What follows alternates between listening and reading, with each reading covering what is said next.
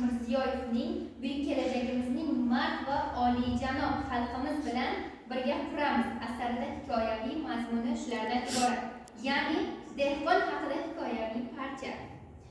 Bir safar Surxondaryo prezidentimiz aytgan ekanlar, bir safar Surxondaryoda bo'lganimda bir dehqon bilan suhbatlashdim. U kishi aytdi: "Prezident janoblari, biz yillar davomida yer bilan tirikmiz.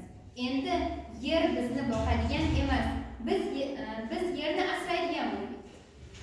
Har bir g'o'za, har bir nihoda xalqning rizqi bor." Men bu so'zlardan chuqur ma'no topdim. Chunki xalqimizning asl kuchi mehnatda, fidoyilikda, halollikda. Bu kabi dehqonlar tufayli O'zbekiston bugun nonni, ya'ni o'zi topadigan, O'zbekiston xalqi nonini o'zi topadigan va